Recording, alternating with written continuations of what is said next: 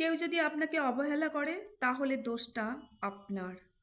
কারণ গুরুত্বটা আপনিই তাকে বেশি দিয়ে ফেলেছিলেন, যার ফল আপনিই পাচ্ছেন। ভালোবাসবেন, কিন্তু নিজেকে বিলিয়ে দেবেন না। বিশ্বাস করবেন, কিন্তু প্রকাশ করবেন না। অন্যের উপদেশ অবশ্যই শুনবেন, কিন্তু নিজের সিদ্ধান্ত কখনোই হারাবেন না।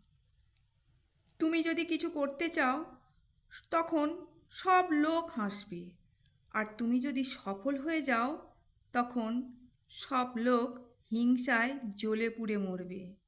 তাই কারোর জন্য নিজেকে বদলালেও কোনো লাভ নেই। বদলাতে হলে নিজের জন্য নিজেকে বদলাও। কেউ সারা জীবন তোমার সাথে না থাকলেও তোমার সাথে তোমার কর্মফল থাকবে।